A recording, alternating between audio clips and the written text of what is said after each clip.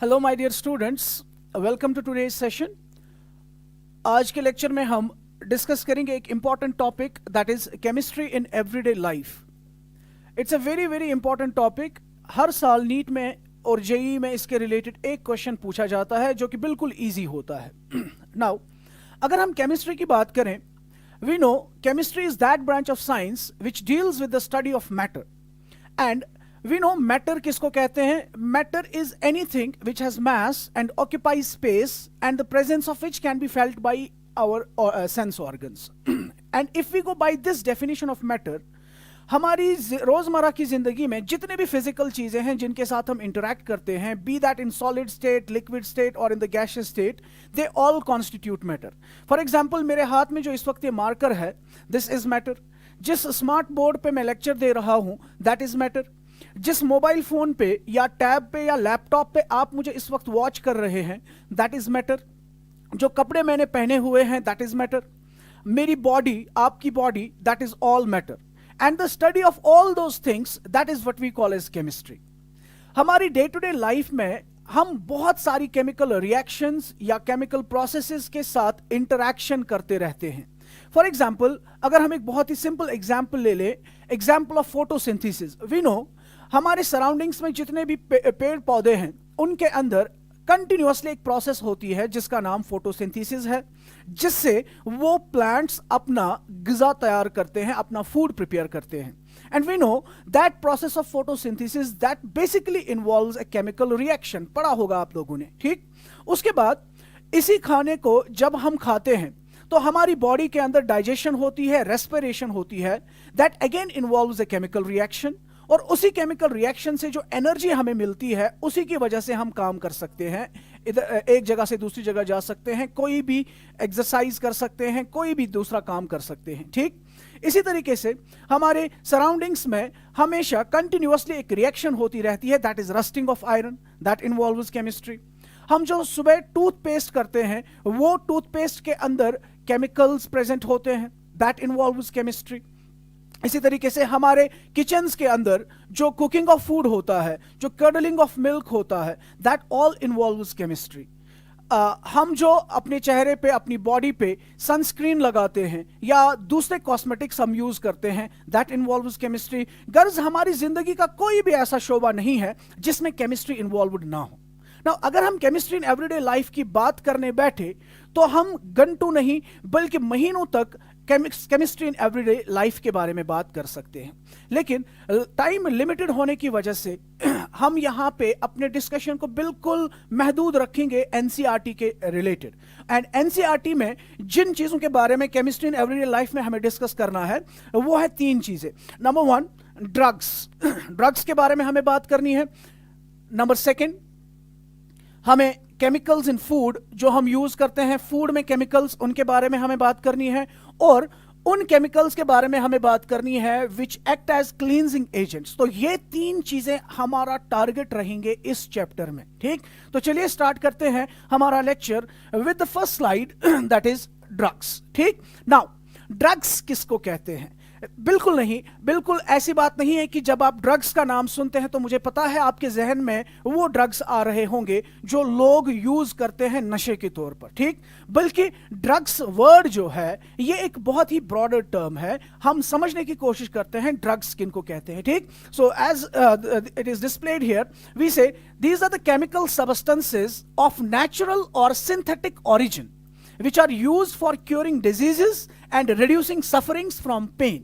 तो वो chemical substances जो नेचुरल भी हो सकते हैं, जो सिंथेटिक भी हो सकते हैं, जिनको हम यूज करते हैं किसके लिए? For curing of diseases and reduce sufferings of the people, उन केमिकल सबस्टेंसेस को हम ड्रग्स कहते हैं, ठीक? नाउ ये इसकी बिल्कुल सिंपल डेफिनेशन थी। और अगर हम इसकी केमिस्ट्री के हवाले से डेफिनेशन कहें, we can say drugs are the chemicals of low molecular mass. Drugs क्या होते हैं? Chemicals of low molecular mass, ठीक है ना? इनका मॉलिक्यूलर मास, मोलर मास उतना ज्यादा हाई नहीं होता है। किस रेंज में रहता है? बिटवीन 100 to 500 यूनिट्स, ठीक? विच इंटरैक्ट, जो इंटरैक्ट करते हैं किसके साथ, विद द मैक्रोमोलिक्यूलर टारगेट्स। हमारी बॉडी के अंदर we know there are macromolecules like carbohydrates, proteins, like lipids, nucleic acids, उनके साथ इंटरैक्ट करके वो क्या करते हैं, they produce a biological response, they produce a biological response, और जिस response की वजह से जो diseases हैं वो क्योर हो जाती हैं और लोगों की sufferings जो है वो ease out हो जाती हैं। ठीक, now कॉमन टर्म्स में जब भी हम ड्रग्स का नाम सुनते हैं तो हमारे जहन में नशे वाले ड्रग्स आ जाते हैं, ठीक है। और एक और टर्म भी हम यूज करते हैं, that is medicine. So what is the difference between a drug and a medicine, ठीक है। तो ड्रग और मेडिसिन में क्या डिफरेंस है? We say drug is a chemical substance which cures the diseases. In fact ये भी डिजीजेस को क्योर करते हैं, लेकिन इनकी एक इंपॉर्टेंट एक फीचर है, बट इज हैबिट फॉर्मिंग, ठीक है। ये क्या होते हैं? दे आर हैबिट फॉर्मिंग, इनकी एडिक्शन हो जाती है, ठीक है ना। उनको हम कॉमन टर्म्स में ड्रग्स कहते हैं।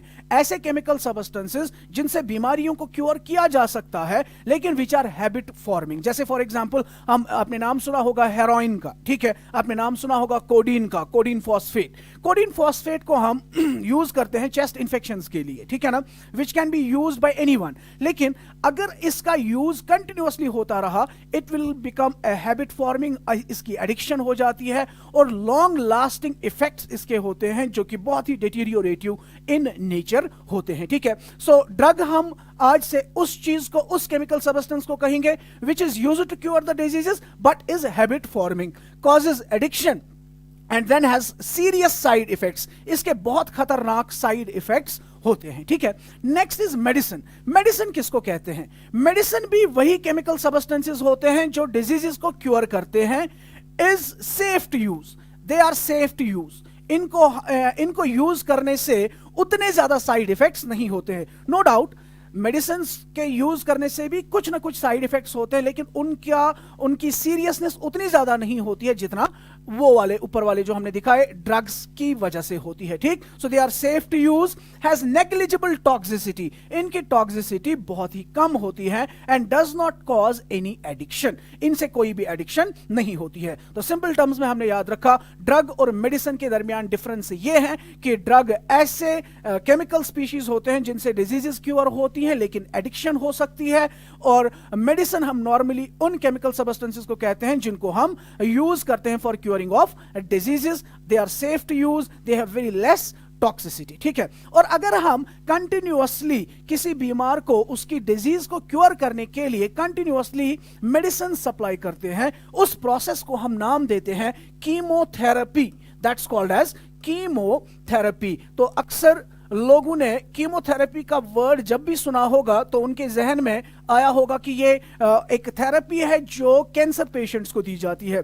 बिल्कुल नहीं, ऐसी बात नहीं है। कीमोथेरेपी हम किसी भी चीज को कहेंगे जब भी आप मेडिसिन यूज करते हो फॉर क्यूरिंग ऑफ डिजीजेस, इस ब्रांच ऑफ साइंस को हम कीमोथेरेपी का नाम देते हैं, ठीक है। नेक्स्ट हमारा जो इंपॉर्टेंट यहां पे टॉपिक है that is the classification of drugs. That's very very important, classification of drugs. We have classified drugs into different categories on the basis of different criterias, ठीक है। फॉर एग्जांपल फर्स्ट क्राइटेरिया जिसके basis पे हम drugs को classify करते हैं that is on the basis of their pharmacological effect. And remember this thing, this type of classification is widely used by doctors, ठीक है ना। ये method of classification of drugs doctors use करते हैं। माशाल्लाह आप भी इंशाल्लाह जल्द ही एमबीबीएस में सिलेक्ट हो जाएंगे, और जब आप लोग फुल फ्लेज्ड डॉक्टर्स बनेंगे तो पेशेंट जब आपके पास आएंगे उनको आपको जब ड्रग्स रिकमेंड करने होंगे तो आप यही वाली जो क्लासिफिकेशन ऑफ ड्रग्स है इसको यूज करेंगे। किसके बेसिस पे? On the basis of pharmacological effect, कि ये फार्माकोलॉजिकल इफेक्ट्स क्या करते हैं। जैसे फॉर एग्जांपल हम एग्जांपल के तौर पे लेंगे, किसी को पेन हो रही है, ठीक है ना, तो उसकी पेन को कम करने के लिए आप एक ऐसा क्लास ऑफ ड्रग्स यूज करेंगे जिनको हम पेन किलर्स कहते हैं, ठीक। और पेन किलर्स के लिए एक टर्म यूज होती हैं जिनको हम एनाल्जेसिक्स कहते हैं, ठीक है, एनाल्जेसिक्स कहते हैं, ठीक। So analgesics have pain killing effects. इसी तरीके से फॉर एग्जांपल अगर किसी पेशेंट के स्किन पे कट लगा हुआ है और उस पे माइक्रोबियल ग्रोथ हो रही है, ठीक है ना, तो उसको क्योर करने के लिए आप एक और क्लास ऑफ ड्रग्स यूज कर सकते हैं, that is what we call as, जिनको हम नाम देते हैं antimicrobials antimicrobials, antimicrobials, या आप इनको नाम दे सकते हैं एंटीसेप्टिक्स, एंटीसेप्टिक्स, ठीक। और ये वाली क्लासिफिकेशन जो है इसके बारे में हमें डिटेल में डिस्कस करना है। Will be discussing various classes of drugs, एक एक करके हम इसको आगे डिस्कस करने वाले हैं। तो फार्माकोलॉजिकल इफेक्ट के बेसिस पे हम ड्रग्स को क्लासिफाई करते हैं into different categories, and this method of classification is widely used by doctors, ठीक। नंबर सेकंड दूसरा मेथड ऑफ क्लासिफिकेशन जो हमारे पास है that is on the basis of drug action, ठीक है। नाउ ड्रग्स जो होते हैं वो एक पर्टिकुलर बायोकेमिकल प्रोसेस के ऊपर एक्शन करते हैं, ठीक। तो किस बायोकेमिकल प्रोसेस पे वो किस तरीके से एक्ट करते हैं, on the basis of the action of a drug on a particular biochemical process we can have different classes of drugs. For examples, आपको पता है अगर हमारी बॉडी में एलर्जिक रिएक्शंस होती है, एलर्जी हो जाती है या इन्फ्लेमेशन हो जाती है, ठीक है, और उस इन्फ्लेमेशन को कॉज करने वाला जो केमिकल बॉडी में स्क्रीट होता है that is what we call as histamine, उसको हम क्या नाम देते हैं, हिस्टामीन, ठीक। नाउ अगर किसी की बॉडी में हिस्टामीन की स्क्रीशन हो रही है, हिस्टामीन की स्क्रीशन से क्या होगा, उसकी बॉडी में इन्फ्लेमेशन हो जाएगी, उसकी बॉडी के अंदर एलर्जिक रिएक्शंस हो जाएंगी, ठीक है। अब इस एलर्जिक रिएक्शन, इस बायोकेमिकल प्रोसेस के ऊपर जो एक्ट करेगा, जो ड्रग एक्ट करेगा, उनको हम नाम देते हैं एंटीहिस्टामीन। एंटीहिस्टामीन्स क्या करेंगे, वो हिस्टामीन्स के साथ इंटरैक्ट करके उनको इनहिबिट करेंगे, उनकी बायोकेमिकल प्रोसेस को ब्लॉक करेंगे ताकि हिस्टामीन स्क्रीट ना हो, ठीक है। तो ये एक बायोकेमिकल प्रोसेस पे एक्ट करेंगे। जो वाले ड्रग्स हिस्टामीन के साथ इंटरैक्ट करके उसकी बायोकेमिकल प्रोसेस को ब्लॉक करेंगे, we will call all those drugs as antihistamines, ठीक है। So on the basis of the action of the drug on a particular biochemical process, we have classified drugs into different categories. एक छोटा सा example हमने लिया, histamines को inhibit करने के लिए हम एंटीहिस्टामीन्स देते हैं, ठीक है। एंटीहिस्टामीन्स, हिस्टामीन केमिकल को बॉडी के अंदर स्क्रीट होने से रोकते हैं, जिसकी वजह से इन्फ्लेमेशन कम हो जाती है, ठीक है। Next method of classification is on the basis of chemical structure. तो बिल्कुल सिंपल चीज है, बहुत सारे ड्रग्स को हमने डिफरेंट क्लासेस में कैटेगराइज किया है on the basis of there chemical structure, ठीक है। मिसाल के तौर पर सल्फोनामाइड्स एक क्लास ऑफ ड्रग्स है, ठीक है। सल्फोनामाइड्स जो है, जितने भी सल्फोनामाइड्स हैं उन सल्फोनामाइड्स में हर एक में यही कॉमन स्ट्रक्चर होगा, सिर्फ डिफरेंस किस चीज की होगी, आर ग्रुप की डिफरेंस होगी। आई होप कि आप लोगों को ऑलरेडी पता है, आर यानी कि अल्काइल ग्रुप, अगर मैंने आर का वैल्यू चेंज किया, मैंने डिफरेंट आर के वैल्यूज रखे, तो वहां पे आपको डिफरेंट कंपाउंड्स मिलेंगे, यानी कि डिफरेंट ड्रग्स मिलेंगे, लेकिन उन सभी ड्रग्स का एक ही कॉमन स्ट्रक्चरल फीचर होगा, दैट इज दिस वन, ठीक है। इन सभी ड्रग्स को जिनमें ये वाला कॉमन स्ट्रक्चरल फीचर होगा, इनको हम सल्फोनामाइड्स कहते हैं, ठीक है। तो on the basis of their parent chemical structure we have classified the drugs into different categories, ठीक। And finally we have another method of classification on the basis of molecular targets, ठीक है। Now target किसको कहते हैं, समझिए जरा सा।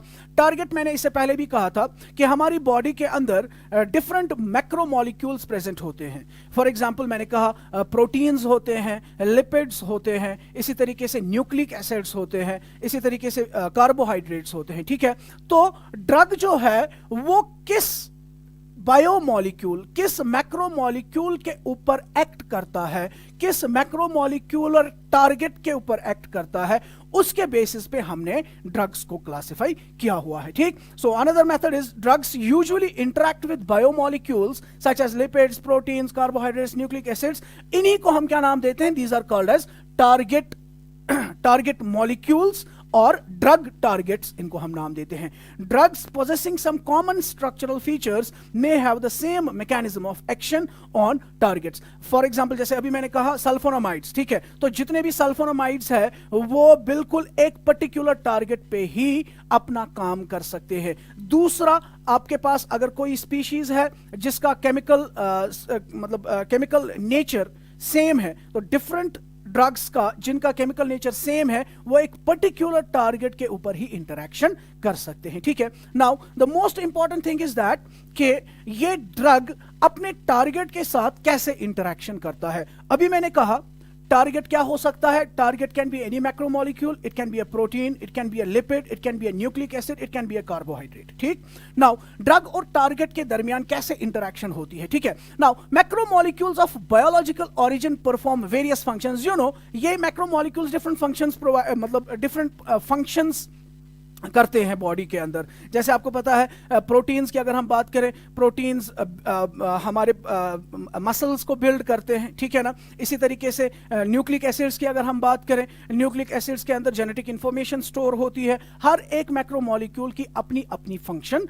रहती है, ठीक है। नाउ यहाँ पे हम टारगेट्स की अगर बात करें तो हमारे सिलेबस में जो टारगेट्स है वो है प्रोटीन्स। ठीक, प्रोटीन्स को हम यूज करेंगे एज ड्रग टारगेट्स और अंडरस्टैंड करने की कोशिश करेंगे कि ड्रग इस टारगेट के साथ कैसे इंटरैक्ट करता है, ठीक है ना। प्रोटीन्स की जब हम बात करते हैं, यू नो, प्रोटीन्स हमारी बॉडी के अंदर डिफरेंट फॉर्म्स में प्रेजेंट होते हैं। ठीक, दो चीजें हम यहां पे डिस्कस करेंगे। Number one, proteins as enzymes and proteins as receptors. तो हम टारगेट्स की बात कर रहे हैं। टारगेट हमने किसको चूज किया? प्रोटीन्स को। प्रोटीन्स डिफरेंट तरह से हमारी बॉडी के अंदर प्रेजेंट होते हैं। They can be present as enzymes, they can be present as receptors. Now enzymes, you know, enzymes पढ़ा होगा आप लोगों ने। एंजाइम्स को हम नाम देते हैं biological catalyst. So they catalyse the biochemical processes in our bodies, ठीक है।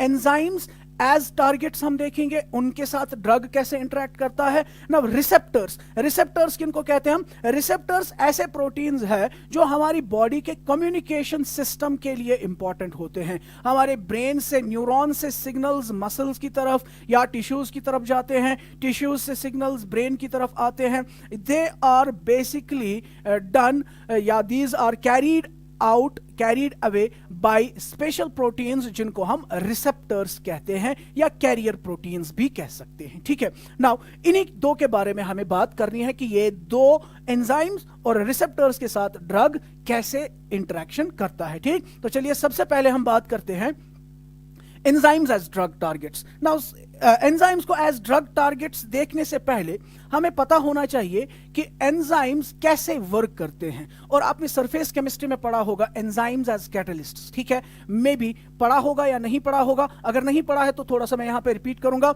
देखिए, आपको पता है कि जो एंजाइम्स होते हैं they are all proteinaceous in nature and proteins are made up of amino acids. Amino acids के अंदर एमाइन ग्रुप और कार्बोक्सिलिक एसिड ग्रुप तो प्रेजेंट ही होते हैं, ठीक है। लेकिन डिफरेंट एमिनो एसिड्स में इनके अलावा और भी ग्रुप्स हो सकते हैं। OH ग्रुप हो सकता है, SH ग्रुप हो सकता है, ठीक है। और भी different groups present, C double bond O भी प्रेजेंट हो सकता है। डिफरेंट ग्रुप्स प्रेजेंट हो सकते हैं, ठीक है। नाउ हर कोई एंजाइम जो है, उन एंजाइम्स के अंदर एक कैविटी प्रेजेंट होती है, ठीक है। इस कैविटी को हम नाम देते हैं active site. This is what we call as active site. Active site. Now what is active site? Active site is a cavity in an enzyme जिस कैविटी में वो सबस्ट्रेट मॉलिक्यूल्स को होल्ड करता है, ठीक है। जैसे ही सबस्ट्रेट मॉलिक्यूल्स इस कैविटी के अंदर हेल्ड अप हो जाता है तो अब वहां पे बहुत से चांसेस होते हैं कि रिएजेंट्स उसके ऊपर रिएक्ट करके उस सबस्ट्रेट को प्रोडक्ट्स में कन्वर्ट कर दे, ठीक है। तो यहां पे दिखाया गया है एंजाइम के पास एक्टिव साइट होता है and this is what we call as a substrate. ये हमारा क्या है? दिस इज सबस्ट्रेट, ठीक है। नाउ ये सबस्ट्रेट जो है इसकी शेप इस एक्टिव साइट के कंप्लीमेंट्री होनी चाहिए, जस्ट लाइक लॉक एंड की, ठीक है। नाउ जैसे ही ये सबस्ट्रेट इस एंजाइम की एक्टिव साइट में के नजदीक आता है, ये इसको होल्ड करता है, ठीक है। इसको कैसे होल्ड करता है? Using interactions. यू नो, ये सबस्ट्रेट जो है ये भी एक केमिकल स्पीशीज होगा। इस केमिकल स्पीशीज के ऊपर भी कुछ ग्रुप्स लगे होंगे। इस एंजाइम के एक्टिव साइट के ऊपर भी कुछ ग्रुप्स लगे हैं। इसके फंक्शनल ग्रुप्स और इसके फंक्शनल ग्रुप्स के दरमियान इंटरैक्शन होती है। अब वो इंटरैक्शन क्या क्या हो सकती है? That interaction can be simply ionic interaction, that can involve dipole interaction, that can involve van der Waals interaction, that can involve van der Waals interaction के साथ साथ it can also involve hydrogen bonding, ठीक है ना। तो इन interaction से ये substrate इस एंजाइम के साथ लग जाता है और इस सबस्ट्रेट को बाद में ये प्रोडक्ट्स में कन्वर्ट करता है, ठीक ना। मान लीजिए कि हमने फॉर एग्जांपल कोई चीज खाई, ठीक है। फॉर एग्जांपल आपने मार्केट से पिज्जा खाया, ठीक है। जैसे ही आपने पिज्जा खाया तो आपके बॉडी में फूड पॉइजनिंग स्टार्ट हो गई, ठीक है। फूड पॉइजनिंग का मतलब वो आपके पेट में आप उसको डाइजेस्ट नहीं कर पा रहे हो, ठीक है। There is a biological response being created in your stomach, ठीक है। नाउ दैट मीन्स वहां पे बेसिकली क्या हो रहा है, जो खाना आपने खाया, जो सबस्ट्रेट आप यूज कर रहे हो, जो केमिकल्स उसमें हैं, वो जब एंजाइम के साथ इंटरेक्ट कर रहे हैं, वो एंजाइम उस सबस्ट्रेट को ऐसे प्रोडक्ट्स में कन्वर्ट कर रहा है, ऐसे प्रोडक्ट्स में कन्वर्ट कर रहा है which are harmful to the body. That means आपने पिज्जा खाया, पिज्जा खाने के बाद आपको वोमिटिंग फील हो रही है। कैसे वोमिटिंग फील हो रही है, जो उस पिज्जा में कंपोनेंट्स थे वो जब एंजाइम के साथ इंटरेक्ट कर रहे हैं तो हमारा एंजाइम जो है वो उस प्रोडक्ट को नॉर्मल डाइजेस्टिव प्रोडक्ट्स में कन्वर्ट करने के बजाय कुछ ऐसे सबस्टेंसेस में कन्वर्ट कर रहा है जिसकी वजह से फूड पॉइजनिंग हो रही है। तो अब हमें क्या करना है, हमें इस सबस्ट्रेट को इस एंजाइम के साथ हेल्ड होने नहीं देना है। क्यों? क्योंकि अगर वो खाना, वो सबस्ट्रेट एंजाइम के साथ लग गया, ये एंजाइम उसको कन्वर्ट करेगा into harmful products. Now what do we need to do is, we need to do one thing, हमें इस सबस्ट्रेट को एंजाइम के साथ इंटरेक्ट होने नहीं देना है। तो हम क्या करेंगे, what we will do is, हम ड्रग यूज करेंगे। हमने जो ड्रग दिया वो क्या कर सकता है, ठीक है। वो ड्रग दो तरीकों से इंटरेक्ट कर सकता है अपने टारगेट के साथ, ठीक है। नंबर वन, पहला तरीका है, that's what we call as competitive inhibitors. उसको हम क्या कहेंगे नाम, कॉम्पिटिटिव इनहिबिटर्स। फिर से मैं रिपीट कर रहा हूं, मैंने बताया कि enzymes they act as biological catalysts. Enzymes के पास एक्टिव साइट्स होते हैं, जिन एक्टिव साइट्स के थ्रू वो सबस्ट्रेट को होल्ड करते हैं और उसको रिएक्ट करवाते हैं, उसको कैटलाइज करवाते हैं, इसको कन्वर्ट कर देते हैं प्रोडक्ट्स में, ठीक है। नाउ आई सेड कि अगर मैंने फॉर एग्जांपल कोई पिज्जा खाया, उस पिज्जा खाने की वजह से क्या हो गया, बॉडी के अंदर फूड पॉइजनिंग हुई। कैसे फूड पॉइजनिंग हुई, तो जो पिज्जा के अंदर सबस्ट्रेट मॉलिक्यूल्स थे वो एंजाइम के साथ इंटरेक्ट करके क्या कर रहे हैं, वो एंजाइम उस सबस्ट्रेट को हार्मफुल प्रोडक्ट्स में कन्वर्ट कर रहा है। अब मैंने ड्रग यूज किया, ड्रग का काम क्या करना है, उस हार्मफुल प्रोडक्ट को बनने से रोकना है। वो हार्मफुल प्रोडक्ट बनने से कैसे रोक पाएगा उसको, ठीक है। कैसे रोक पाएगा, बिल्कुल उसको क्या करना है, सबस्ट्रेट को एंजाइम के साथ इंटरेक्ट करने ही नहीं देना है, ठीक है। अब ये सबस्ट्रेट को एंजाइम के साथ दो तरीकों से इंटरेक्ट करने नहीं देता है। किस तरीके से, नंबर वन, पहला तरीका है जिसको हम नाम देते हैं competitive inhibitor, competitive inhibition. What does that mean, competitive inhibition, competitive मतलब कंपटीशन किस किस के दरमियान, ड्रग के दरमियान और सबस्ट्रेट के दरमियान। अगर ड्रग नहीं था तो सबस्ट्रेट मॉलिक्यूल क्या करता, एंजाइम के साथ इंटरेक्ट करके हार्मफुल प्रोडक्ट्स में कन्वर्ट हो जाता। अब हमने ड्रग मॉलिक्यूल यूज किया, वो ड्रग मॉलिक्यूल क्या करेगा, अब कंपटीशन करेगा। किसके साथ कंपटीशन करेगा, सबस्ट्रेट के साथ। तो drug will compete with the substrate. Let's say for example, यहां पे मैंने डायग्राम में दिखाया है, this is the active site of the enzyme. ये हमारा सबस्ट्रेट है जो कि हार्मफुल प्रोडक्ट्स में कन्वर्ट होने वाला है, ठीक है। अब हमने ड्रग यूज किया, ये ड्रग जो है ये क्या कर सकता है, एक तरीका ये है कि ये इसके साथ कंपीट करेगा। कंपीट करने का मतलब सबस्ट्रेट के बजाय ड्रग मॉलिक्यूल जो है वही एंजाइम की एक्टिव साइट पे लग जाएगा, लाइक दिस, ठीक है। तो ग्रीन कलर हमारा ड्रग है, तो यहां पे सबस्ट्रेट के बजाय कौन इसके साथ इंटरेक्ट कर रहा है, ड्रग मॉलिक्यूल इंटरेक्ट कर रहा है। अगर ड्रग इसके साथ इंटरेक्ट कर रहा है, दैट मींस सबस्ट्रेट एंजाइम के ऊपर फिट नहीं हो रहा है। सबस्ट्रेट एंजाइम के ऊपर फिट नहीं हुआ, what does that mean, that means कि ये अब हार्मफुल प्रोडक्ट्स में कन्वर्ट नहीं होगा। हार्मफुल प्रोडक्ट्स में कन्वर्ट नहीं होगा, दैट सिंपली मींस कि फूड पॉइजनिंग जो है वो स्टॉप हो जाएगी। इस तरीके से हमारा ड्रग जो है वो काम करता है, ठीक है।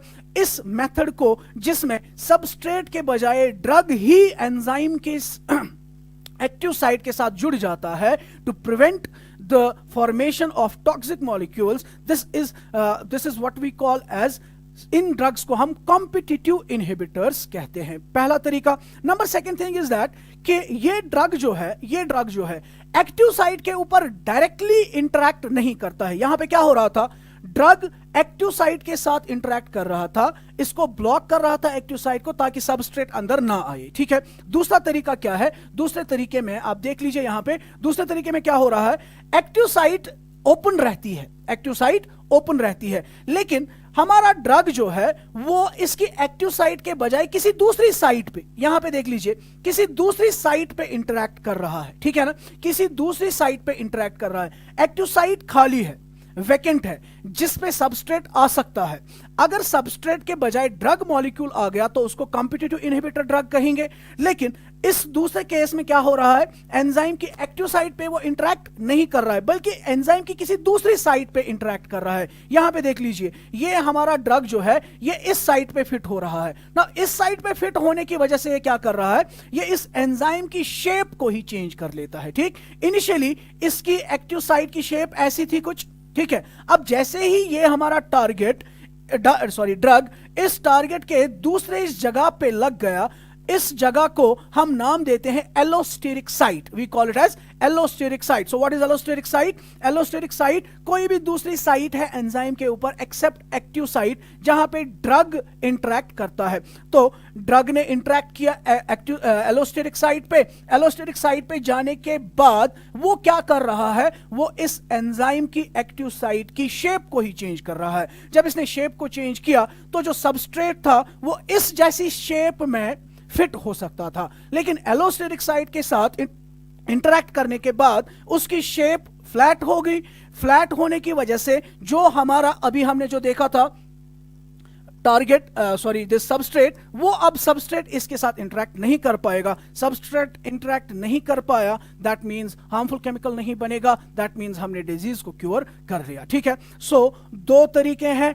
Number one, competitive inhibition, that means drug directly enzyme की एक्टिव साइट पे जाके उसको ब्लॉक कर देगा, सबस्ट्रेट नहीं आएगा, प्रोडक्ट्स नहीं बनेंगे।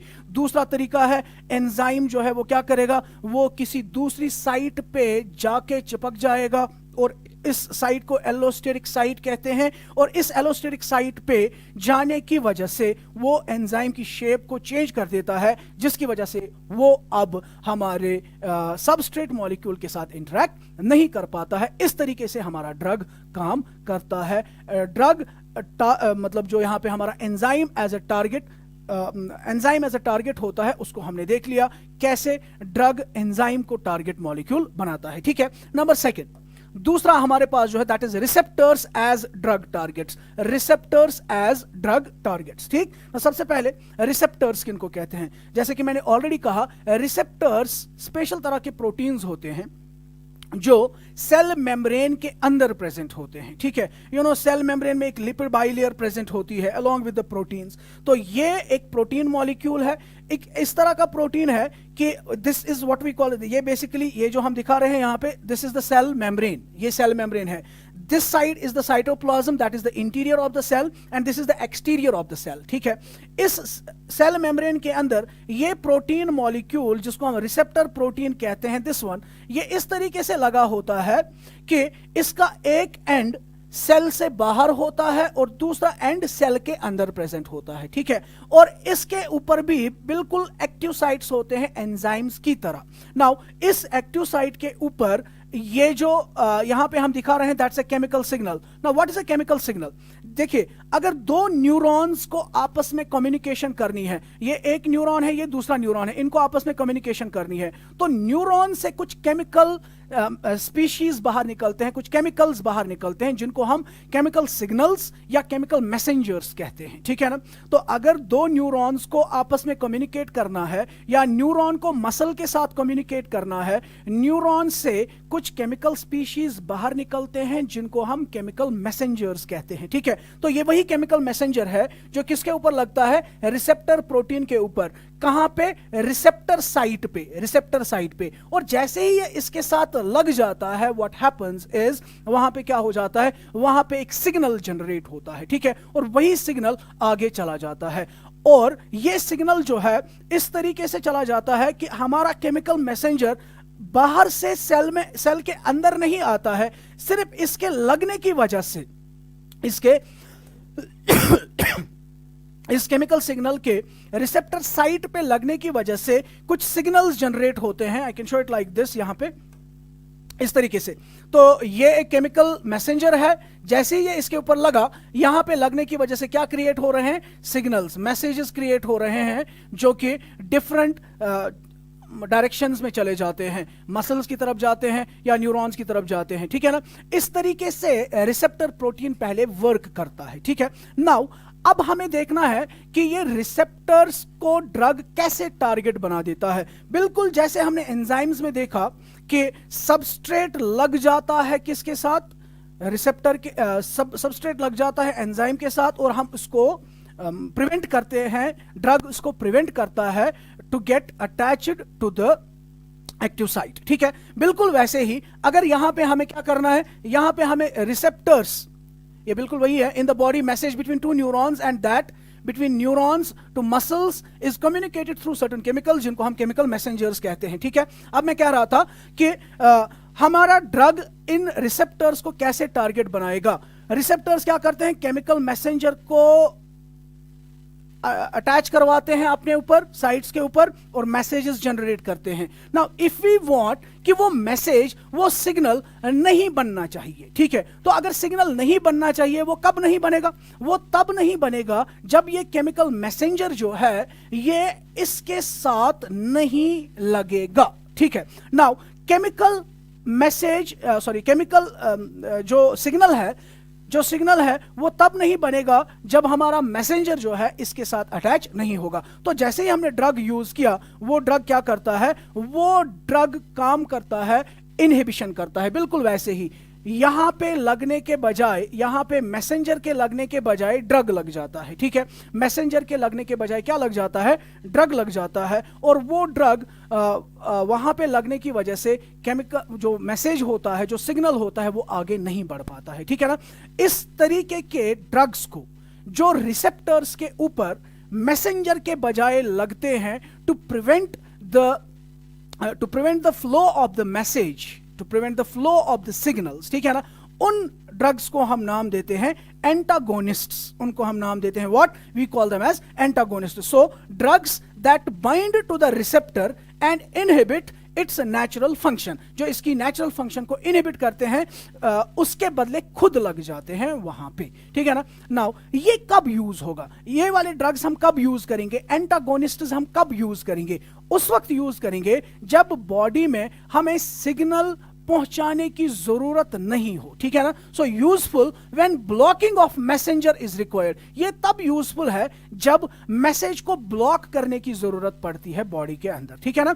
दूसरा होता है एगोनिस्ट्स, दूसरे होते हैं एगोनिस्ट्स, ठीक है ना। एगोनिस्ट्स किनको कहते हैं, देखिए एक क्या कहा हमने, मैसेंजर के बजाय ड्रग यहां पे लग गया और मैसेज आगे नहीं चल पाया।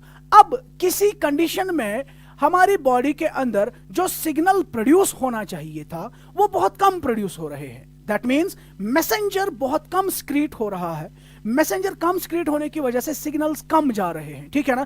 तो अब हम यहां पे क्या करते हैं, यहां पे हम चाहते हैं कि मैसेजेस जो है, सिग्नल्स जो है वो बढ़ने चाहिए। मैसेजेस या सिग्नल्स कब बढ़ेंगे, जब हमारे पास रिसेप्टर्स जल्दी जल्दी एक्टिवेट होंगे, ठीक है ना। तो ऐसे ड्रग्स जो नेचुरल मैसेंजर को मिमिक करते हैं, ठीक, पहले वाले केस में इनहिबिट करते थे, दूसरे वाले केस में क्या करते हैं, मिमिक करते हैं। वो ड्रग्स बिल्कुल उन्हीं मैसेंजर्स की तरह होते हैं जो बॉडी नेचुरली स्क्रीट करती है, ड्रग भी बिल्कुल वैसा ही होता है, और वो ड्रग अब रिसेप्टर के साथ लग के वो सिग्नल्स प्रोड्यूस करता है। ऐसे ड्रग्स को हम नाम क्या देते हैं, we call such drugs as agonists, ठीक। तो बिल्कुल सिंपल ड्रग टारगेट इंटरैक्शन हमने दो चीजों के हिसाब से सीखी यहां पे, enzymes as drug targets, receptors as drug targets. Enzymes में हमने कहा कि जो एंजाइम्स होते हैं वो उनके पास एक्टिव साइट होता है जहां पे सबस्ट्रेट लग जाता है और सबस्ट्रेट कन्वर्ट हो जाता है प्रोडक्ट्स में।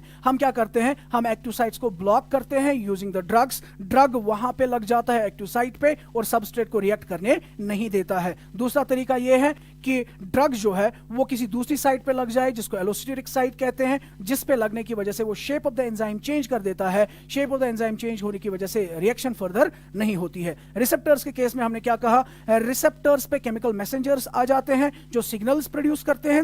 नाउ अगर हमारी बॉडी में मैसेज आगे पहुंचाने की जरूरत नहीं है तो हम क्या करते हैं, हम ऐसे ड्रग्स जिनको एंटागोनिस्ट्स हमने कहा नाम, वो क्या करते हैं, वो मैसेंजर के बजाय खुद लग जाते हैं तो सिग्नल आगे नहीं चल पाता जाता है। अगर बॉडी में सिग्नल्स बढ़ाने की जरूरत पड़ती है तो हम ऐसे ड्रग्स यूज करते हैं जो हमारे केमिकल मैसेंजर्स को मिमिक करते हैं, उन्हीं के जैसे होते हैं, जो जैसे ही रिसेप्टर के साथ लगते हैं तो सिग्नल्स बढ़ जाते हैं। इस तरीके से हमारा ड्रग जो है वो वर्क करता है, ठीक है। So this was about the drug target interaction. Now the most important thing जो कि हमारे नीट एग्जाम्स में पूछा जाता है, that is the types of drugs, ठीक है ना। हमारे पास किस तरह के ड्रग्स होते हैं उनके रिलेटेड क्वेश्चंस पूछे जाते हैं, ठीक। So will be discussing about the types of drugs. We have different classes of drugs based on their pharmacological effects, ठीक है। नंबर 1 पहला टाइप ऑफ ड्रग्स है, याद रखिएगा इसी पे ज्यादातर क्वेश्चंस पूछे जाते हैं। You will be given an example, आपसे पूछा जाएगा बताइए ये किस तरह का ड्रग है, या आपसे पूछा जाएगा which among the following is an anti acid. तो आपको सिर्फ एग्जांपल्स को याद रखने की कोशिश करनी है कि ये एग्जांपल, ये ड्रग किस किस्म का ड्रग है, इसका क्या फार्माकोलॉजिकल इफेक्ट रहता है, ठीक है। So the number 1, the first type of drug which we will be using is anti acids, ठीक है। यूजुअली नाम सुना होगा, हम जो कश्मीरी लोग हैं, कोई भी ऐसा घर नहीं होगा जिसके अंदर इस तरह के ड्रग्स यूज नहीं होते हैं। Almost in every household you will find strips of anti acids, ठीक है, और सिरप्स ऑफ एंटी एसिड्स, ठीक। नाउ एंटी एसिड किसको कहते हैं, नाम से ही पता चलता है। एंटी एसिड का मतलब होता है ऐसे ड्रग्स जो हमारे स्टोमक के अंदर एक्सेसिव एसिड को न्यूट्रलाइज करते हैं, ठीक है। हमारी बॉडी के अंदर एसिडिक कंडीशंस इंक्रीज हो जाती है, एसिड स्क्रीशन ज्यादा हो जाती है, उस एसिड स्क्रीशन की वजह से स्टोमक जलने लगता है, ठीक है ना, जिसको हम स्टोमक जलने लगता है। और स्टोमक क्यों जलता है, क्योंकि एक्सेसिव एसिड जो है वो प्रोड्यूस हो जाता है, और उस एक्सेसिव एसिड को न्यूट्रलाइज करने के लिए जो ड्रग्स हम यूज करते हैं उनको हम एंटी एसिड्स का नाम देते हैं, ठीक है। नाउ फॉर एग्जांपल सबसे कॉमन एंटी एसिड जो है that is sodium bicarbonate, baking soda, ठीक है। इसीलिए आपने देखा होगा कि अगर किसी को स्टोमक में एसिडिटी हो जाती है तो घर वाले उसको बोलते हैं, जो हम बाजार से लाते हैं, कशिर पटन चचवोर वनान, ठीक, उसको खाने के लिए बोला जाता है, ठीक है ना, क्योंकि उसके अंदर sodium bicarbonate baking soda present होता है, और वही बेकिंग सोडा जो है वो अंदर जाके न्यूट्रलाइजेशन प्रोसेस करता है, जिसकी वजह से हमें रिलीफ मिलता है। And number 2 is a mixture of magnesium hydroxide and aluminium hydroxide. We can use a mixture of magnesium hydroxide and aluminium hydroxide.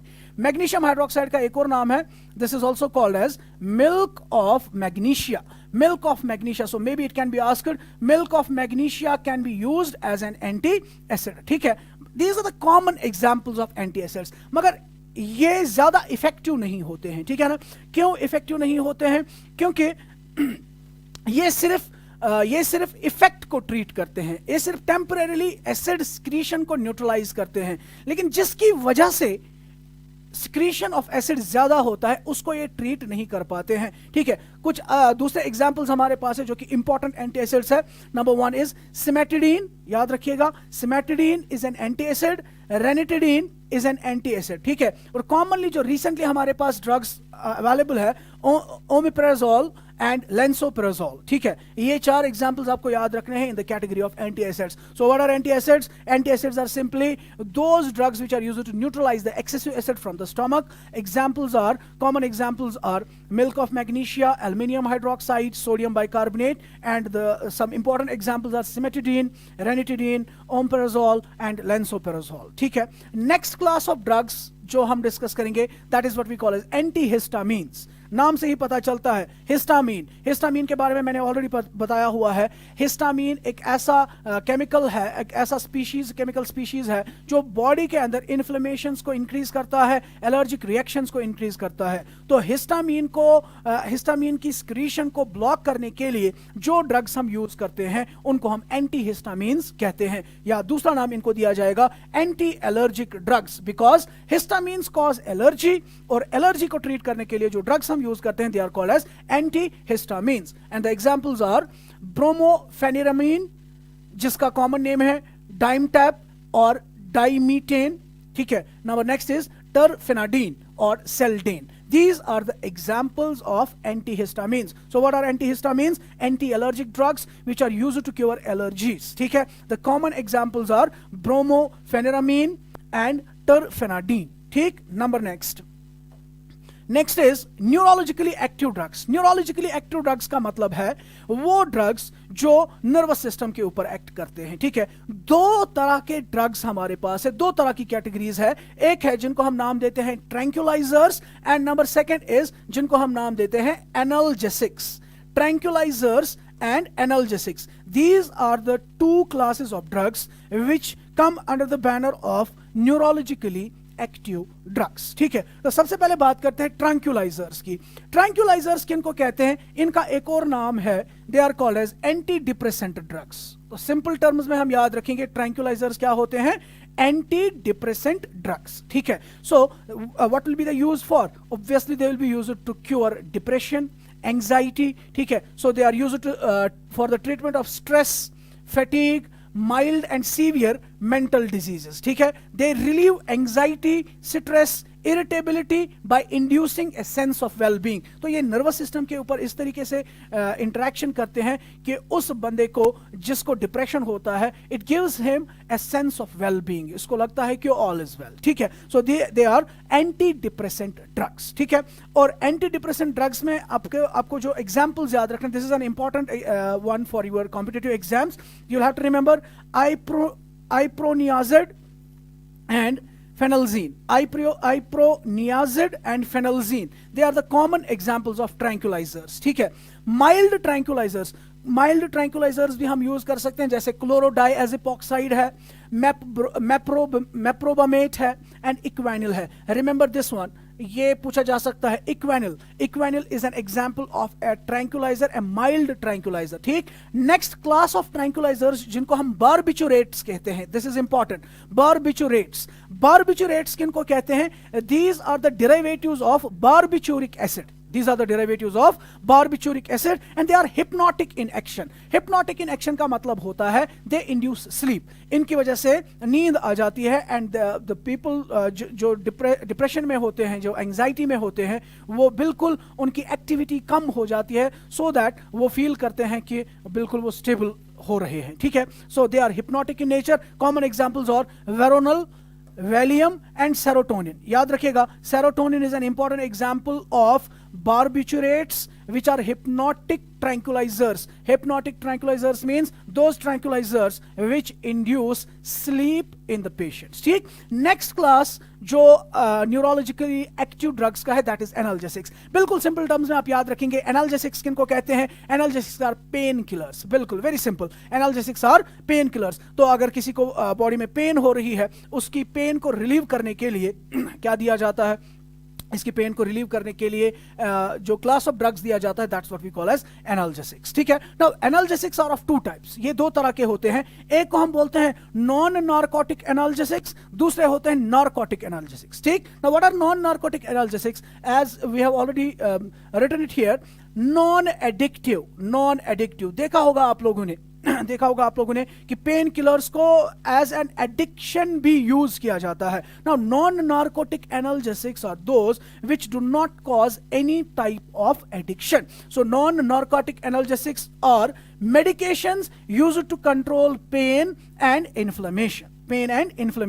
Non-narcotics are used to treat acute or persistent pain that is mild to moderate, ठीक है ना। Mild pen को cure करने के लिए हम non narcotic analgesics use करते हैं, ठीक। They also may be used in combination with other medications और थेरेपीज। इनको हम दूसरे मेडिकेशंस के साथ भी यूज कर सकते हैं to treat moderate to severe pain, ठीक है। Example is aspirin, very very important one, aspirin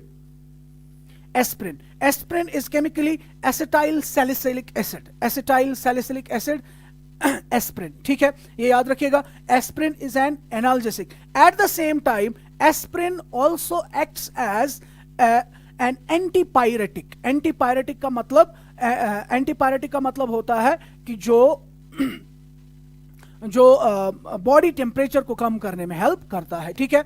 aspirin is an analgesic and a non narcotic analgesic. Another example is Motrin और एडविल या आइबुप्रोफेन, ठीक है। And another example is Naprosyn और naproxen sodium, ठीक है। Common example of non narcotic is aspirin and for that sake you can also use paracetamol, paracetamol. Paracetamol को भी हम यूज कर सकते हैं as a non narcotic analgesic. ठीक, next class is the narcotic analgesic. तो नार्कोटिक एनाल्जेसिक किनको कहेंगे हम? जो पेन को तो रिलीव करते हैं but they are addiction causing in nature. ठीक, इनको हम कहां पे यूज करते हैं? Narcotics are medications that mimic the activity of endorphins, substances produced by the body to control pain. हमारी बॉडी के अंदर हमारी बॉडी के अंदर पेन को रिलीव करने के लिए नेचुरली कुछ केमिकल्स क्रिएट होते हैं जिनको हम एंडोर्फिन्स कहते हैं, और इन्हीं एंडोर्फिन्स के जैसे ये नार्कोटिक ड्रग्स भी होते हैं, नार्कोटिक एनाल्जेसिक्स भी होते हैं। ठीक है, narcotics are used to treat acute pain. बहुत ही एक्यूट पेन के लिए हम यूज कर सकते हैं इनको, रिलेटेड टू सर्जरी और अदर मेडिकल प्रोसीजर्स। तो सर्जरी के बाद आपको पता है कि बहुत सीवियर पेन होती है, उस सीवियर पेन को रिड्यूस करने के लिए हम एनाल्जेसिक्स दे सकते हैं। कौन से वाले? नार्कोटिक एनाल्जेसिक्स हम दे सकते हैं। ठीक, नाउ इसी तरीके से इनमें एग्जाम्पल है morphine, very very important example morphine. Morphine को यूज किया जाता है as a narcotic analgesic which is used to cure serious pain. ठीक है, साथ ही साथ एक कुछ और एग्जाम्पल्स है, रॉक्सेनॉल। ठीक, Roxanol which is another name for morphine. Then you have codeine, Dolophine and heroin. ठीक, हेरोइन, ये इंपॉर्टेंट एग्जाम्पल्स है which are narcotic analgesics. So heroin, morphine, codeine, they are the important analgesic. And you know, ये सभी नाम आपने सुने होंगे, इन सभी का मतलब इन सभी की एडिक्शन हो सकती है, तो इसीलिए इनको बिल्कुल अवॉइड करना चाहिए सो दैट कि आपको एडिक्शन ना हो जाए। ठीक, next one is antimicrobials, a very very important one for the competitive exams. Antimicrobials, नाम से ही पता चलता है, which are used to cure diseases caused by microbes or microorganisms such as bacteria, viruses, fungi etc.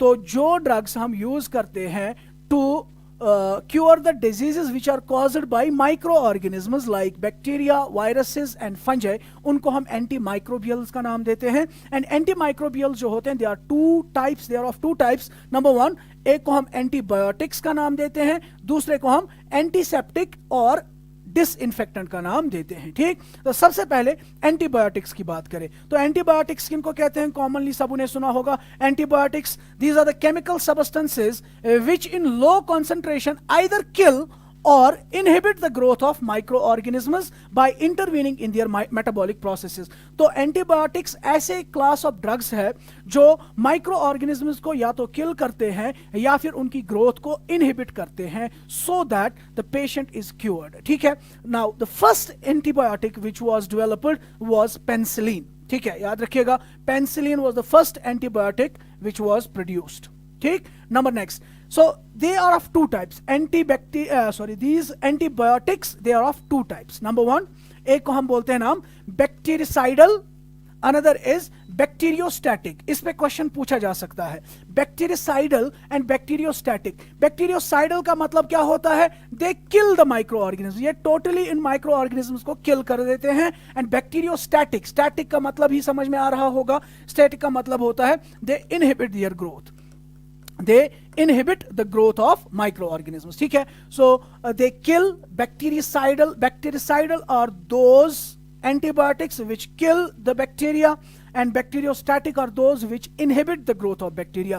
Important examples आपको याद रखने हैं, penicillin is a bactericidal antibiotic, aminoglycides जिसको streptomycin भी कहते हैं, and number next ofloxacin जो है वो bactericidal in nature होते हैं, while as bacteriostatic they are erythromycin is an example, tetracycline is an example, chloramphenicol is an example. पूछा गया था एक बार टेट्रासाइक्लिन किस तरह का होता है?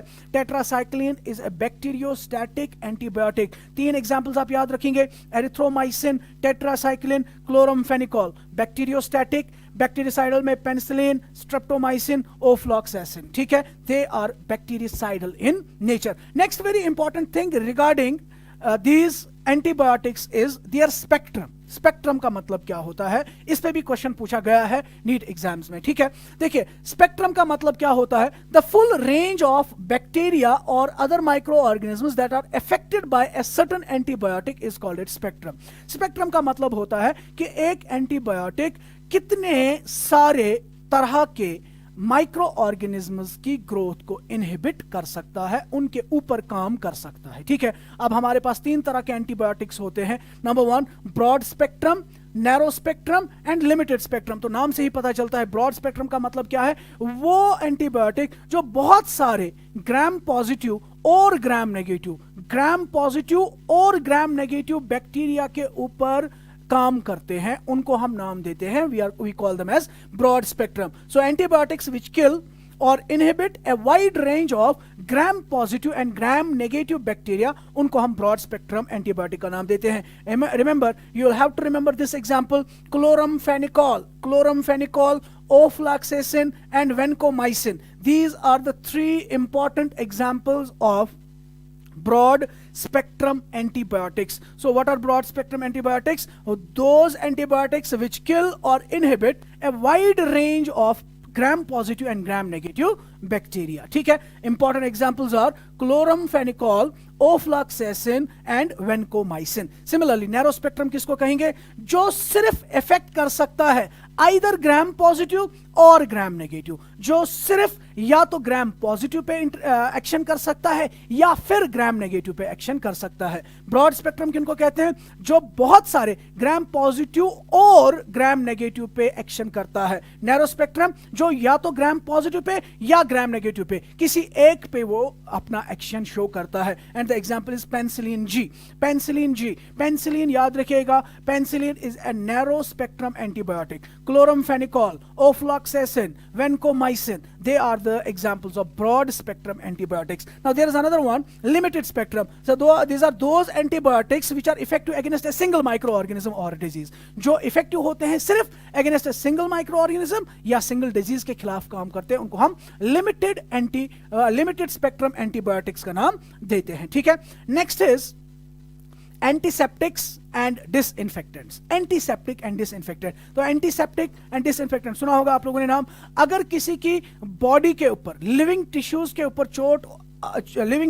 ऊपर मतलब जख्म लग जाए, चोट आ जाए, जिसकी वजह से वहां पे बैक्टीरियल ग्रोथ होना स्टार्ट हो जाए, antiseptics are the chemical substances which prevent the growth of micro organisms and may even kill them.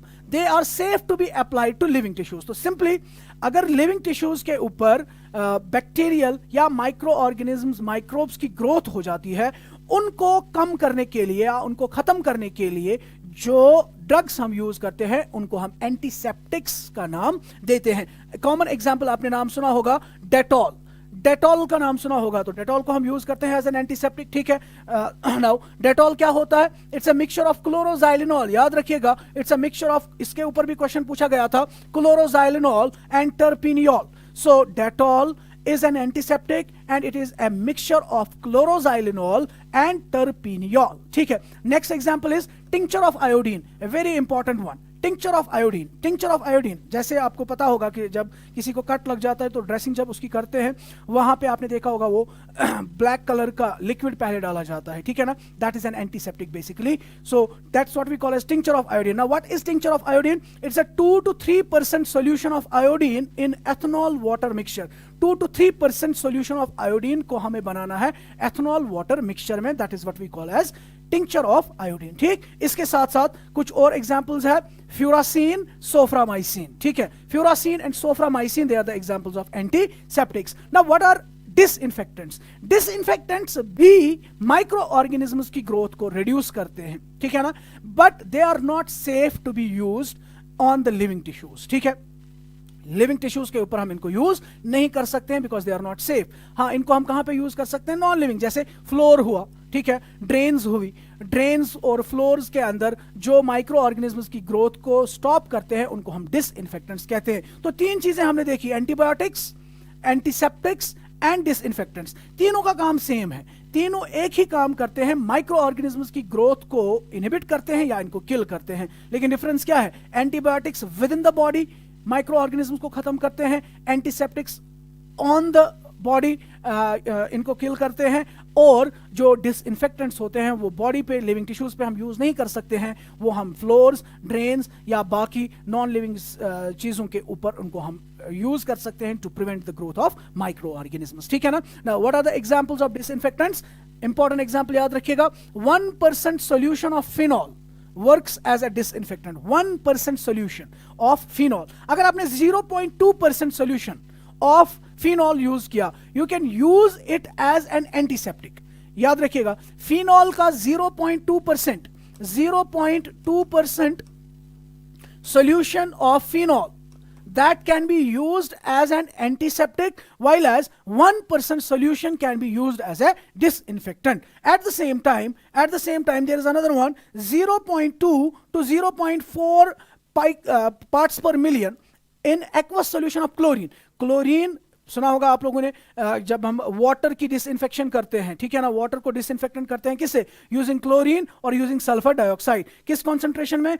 0.2 से लेकर 0.4 parts per million doses of chlorine can be used as disinfectants, ठीक। Next हमारा जो class है that is what we call as anti fertility drugs, ठीक है। तो नाम से ही पता चलता है, ये जिनको हम कॉमन टर्म्स में कंट्रासेप्टिव्स का नाम देते हैं, ठीक है ना। तो which are used to control birth, ठीक है, जिनको हम बर्थ कंट्रोल पिल्स या ऑरल कंट्रासेप्टिव्स भी कह सकते हैं, इन्हीं का दूसरा नाम है anti fertility drugs. So chemical substances which are used to check pregnancy in woman are called anti fertility drugs, ठीक। These control the female menstrual cycle and ovulation. ये किस तरीके से वर्क करते हैं? They control the female menstrual cycles and the process of ovulation, and hence they can be used to check the fertility, or they can be used as birth control pills, ठीक है। examples क्या है? the most commonly used pills contains a mixture of norethindrone. याद रखिएगा, जो pills होती हैं birth control pills, उनमें दो चीजें present होती है, norethindrone which is the derivative of progesterone, ठीक है, another is novestrol जिसका नाम है इथेनाइल सिट्राडियोल, ठीक है, which is a type of estrogen. तो ये दो एग्जांपल्स है, norethindrone and Novestrol. They are used as the contraceptives and they are used as anti-fertility drugs, ठीक। So this was all about drugs, ठीक है। See you in the next lecture.